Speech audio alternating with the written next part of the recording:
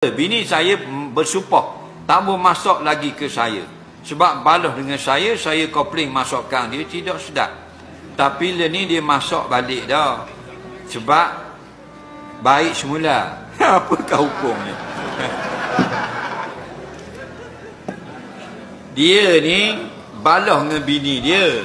Bila balas dengan bini tak ada arah nak guna modal, bini dia kata gini, sumpah dah tak mau masuk dah kamu.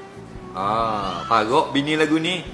Nah, sumpah tak mau masuk. Bila masa balah. Le ni masuk semula dah. Okey? Maka bila masuk semula, dia pun sebab apa? Berbaik-baik dah. Okey, faham tak soalan? Cuma kita nak terang jadi faham lagi apa makna sumpah. Sebab ada orang dia tidak sumpah, dia kata sumpah. Ada orang sumpah, dia kata tak sumpah. Sebab kita tak belajar babul qasam, bab sumpah. Tak, kena belajar bab sumpah pun dia makna sumpah.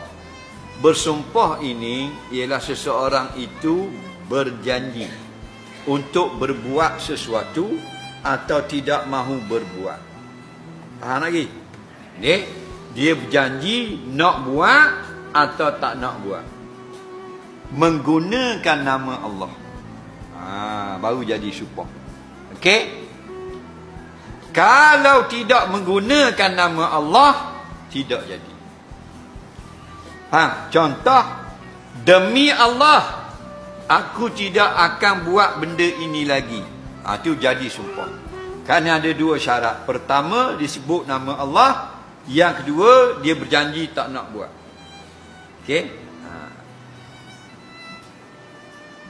Lain pada demi Allah, tak boleh. Mesti kata demi depan. Kalau orang Arab, dia tak kata demi lah. Demi itu Melayu. Arab ni dengan 3 huruf. Wa huruful qasami wa hiyal wawu wal ba'u wat ta'u. Dan bermula huruf yang dibuat sumpah ada 3 huruf, iaitu waw, ba dan ta. Jadi kalau orang Arab, dia sumpah dia akan kata dengan huruf waw, ba atau ta. Kalau waw dia akan kata wallahi. Kalau ba dia akan kata billahi. Kalau ta dia akan kata tallahi la af'al. Tallahi la af'al. Aku tak akan buat. Billahi la atakallam. Dengan nama Allah, demi Allah, aku tidak mahu bercakap lagi. Itu contoh Arab lah. Tapi kalau Melayu, demi Melaka.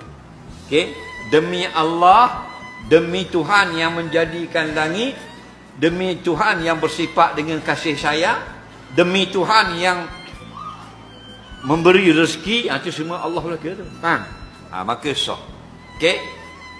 Nak khabar sini ada tak lapan-lapan sumpah yang tidak sah? Ada? Mana? Junjung Quran. Ada kan? Junjung Quran pun. Junjung Quran ada tak orang? Ada kan? Sumpah junjung Quran pun. Dia kata taubat, dia sumpah tu bukan sumpah. Munjunjung sejik tak jadi lagi. Langsung kata junjung Quran. Junjung Quran tu orang cakap Melayu ngaruk tak tahu. Faham? Junjung Quran tu memuliakan Quran. Tak jadi sumpah. Dia ambil Quran dia junjung. Dia kata saya tak buat. Itu bukan sumpah. Kena kata demi Allah. Okey? Tak junjung Quran tak apa. Junjung tu nak menguatkan orang bersumpah. Okey? Yang kedua, yang tidak jadi juga tapi orang ingat jadi, kapis gani. Mudah awak sungguh, kapis gani pun. Rajin dah budak-budak itu. Dah. Itu mainan budak-budak. Dah. Jadi kita pun siapa ke daripada budak sampai ketua ni percaya dah lah. Kalau gitu kapis gani tu sumpah. Lagi dah kita tak pergi dengar, tak betul malah patang ni baru tahu tu bukan sumpah. Banyak ada betul dalam masyarakat. Macam kucing hitam lakon mayat hidup mula. Kalau hidup semula sungguh, kita bela 3-4 ekor bodoh pun. Pesan ke anak-anak, kalau abah mati, ambil kucing hitam pergi lakon abah. Tapi kalau mak mu mati, mak ambak kucing hitam. Pasal apa abah? Abah nak nikah lain.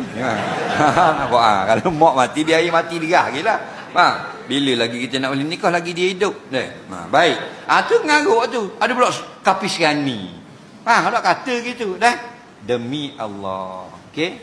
Kemudian pula ulama kata, hendaklah sumpah itu tak berbuat benda yang jahat dan nak buat benda yang harus. Faham lagi? Kalau tak berbuat benda yang wajib, tak jadi sumpah. Demi Allah aku tidak mahu sembahyang subuh lagi. Tak jadi sumpah, ngaruk lagi. Faham? Taklah meninggalkan benda yang dilarang. Dia ni minum isyak dadah sangat, lari dia sumpah depan mak dia, demi Allah kita tak mau isyak dadah. Wow, betul sumpah lagu tu. Faham? Ni demi Allah tak mau tutup aurat dah. Mana jadi? Nah. Jadi suami isteri tak wajib tak masak untuk suami. Tidak wajib, melainkan jika suami suruh. Suami suruh masak, maka wajib taat. Faham? Okey? Maka tidak mahu menyediakan berkhidmat untuk suami suatu perbuatan yang salah di sisi syarak. Walau bagaimanapun nak keluar pada khilaf, hendaklah isteri yang sumpah ni dia membayar kafarah sumpah. Faham? Iaitu beri makan 10 orang miskin atau beri pakaian. Beli 10 nasi buku yang mengenyangkan dengan air, beri pada 10 orang miskin. Masa kita beri itu, dalam hati inilah kafarah sumpah yang wajib atas aku, kata isteri tadi. Kalau ataupun berpuasa 3 hari. Okey?